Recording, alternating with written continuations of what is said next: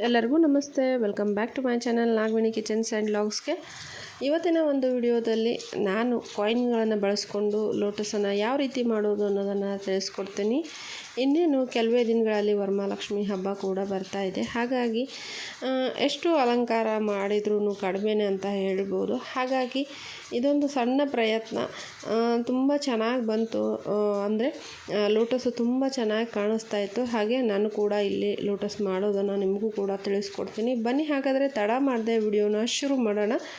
Video ಶುರು ಮಾಡೋದಕ್ಕಿಂತ ಮುಂಚೆ ಯಾರ್ಯಾರು ನನ್ನ ಚಾನಲ್ನೆಲ್ಲ ಸಬ್ಸ್ಕ್ರೈಬ್ ಮಾಡ್ಕೊಂಡಿರೋ ಪ್ಲೀಸ್ ಸಬ್ಸ್ಕ್ರೈಬ್ ಮಾಡಿಕೊಂಡು ಲೈಕ್ ಮಾಡಿ, ಶೇರ್ ಮಾಡಿ, ಕಮೆಂಟ್ ಮಾಡಿ ಅಂತ ಹೇಳ್ತಾ ಇದ್ದೀನಿ. ಇಲ್ಲಿ ನಾನು ಮೊದಲಿಗೆ ಒಂದು 30 ಕಾಯಿನ್ ಆಗುವಷ್ಟು ಕಾಯಿನ್ಗಳನ್ನು ತೊಗೊಂಡಿದ್ದೀನಿ. ಅದು ಹಿತ್ತಾಳೆ ಕಾಯಿನು, 5 ರೂಪಾಯಿ ಕಾಯಿನು ಅಥವಾ 10 ರೂಪಾಯಿ ಕಾಯಿನನ್ನು ತೊಗೋಬೋದು. ಹಾಗೆ ಡಬಲ್ ಟೇಪನ್ನು ಕೂಡ ನಾನು ತೊಗೊಂಡಿದ್ದೀನಿ. 2 ಬೌಲು, ಅಂದರೆ ನಾವು ಮನೆಯಲ್ಲಿ ಯೂಸ್ ಮಾಡುವಂಥ ಬೌಲನ್ನು ಚಿಕ್ಕದಾಗಿರುವಂಥ, ಅಂದರೆ ಚಟ್ನಿ ಬೌಲ್ ಅಂತಲೇ ಹೇಳ್ಬೋದು, ಆ ಥರ ಬೌಲನ್ನು ತೊಗೊಂಡಿದ್ದೀನಿ.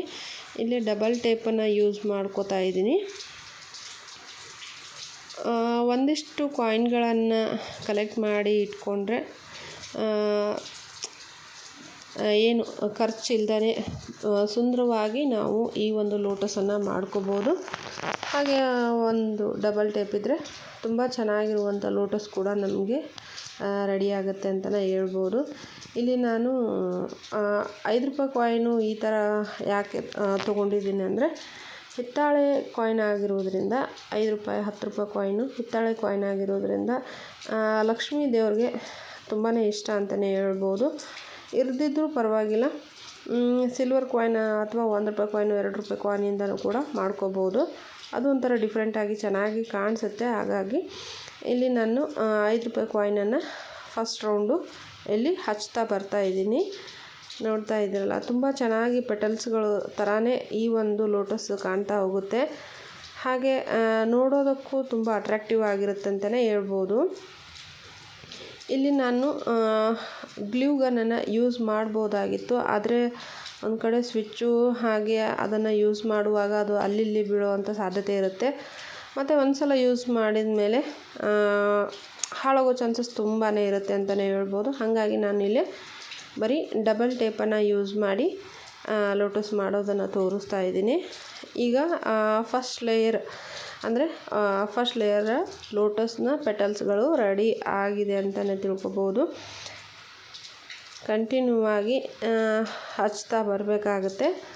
ತುಂಬ ಚೆನ್ನಾಗಿ ಕಾಣಿಸುತ್ತೆ. ಇದರಲ್ಲಿ ಎಷ್ಟು ನೀವು ತುಂಬ ಕಾಯಿನ್ಗಳನ್ನು ಕಲೆಕ್ಟ್ ಮಾಡಿದರೆ 4 ಅಥವಾ 2 ಲೋಟಸನ್ನು ಮಾಡಿ ಆರಾಮಾಗಿ ಇಡ್ಬೋದು. ಹಬ್ಬದ ದಿನ ಲಕ್ಷ್ಮಿ ಮುಂದೆ ಇದನ್ನಿಟ್ಟು ಇದರಲ್ಲಿ ಸ್ವಲ್ಪ ಅಕ್ಕಿ, ಅರಿಶಿನ, ಕುಂಕುಮ, ಹಾಗೆ ಮನೆಯಲ್ಲಿ ಲಕ್ಷ್ಮೀ ಮೂರ್ತಿ ಆಗಲಿ ಅಥವಾ ಲಕ್ಷ್ಮೀ ವಿಗ್ರಹ, ಹಾಗೆ ಗಣೇಶನ ವಿಗ್ರಹವನ್ನು ಇಟ್ಟು ಪೂಜೆ ಮಾಡೋದ್ರಿಂದ ತುಂಬಾ ಚೆನ್ನಾಗಿ ಕಾಣಿಸುತ್ತೆ ಅಂತ ಹೇಳ್ಬೋದು.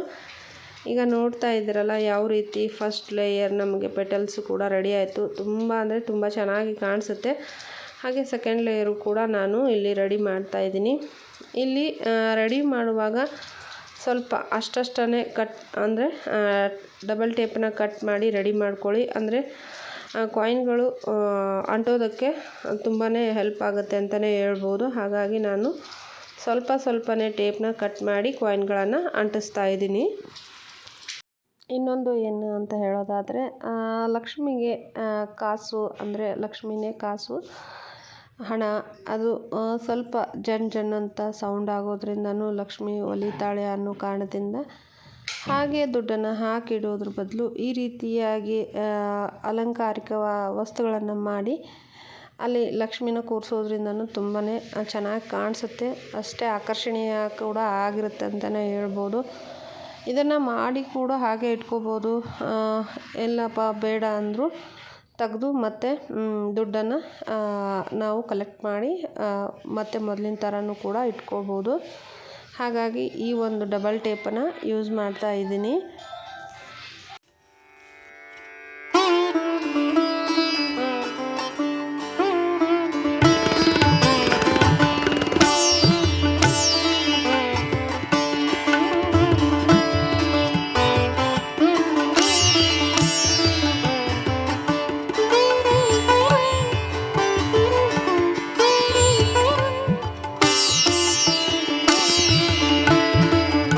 ಒಟ್ಟಿನಲ್ಲಿ ಪೂರ್ತಿಯಾಗಿ ಕಾಯಿನ್ಗಳನ್ನು ಹಚ್ಚಿದಾದಮೇಲೆ 4 ಲೇಯರ್ ಆಗಿ ಪೆಟಲ್ಸ್ಗಳು ಬಂದಿದೆ.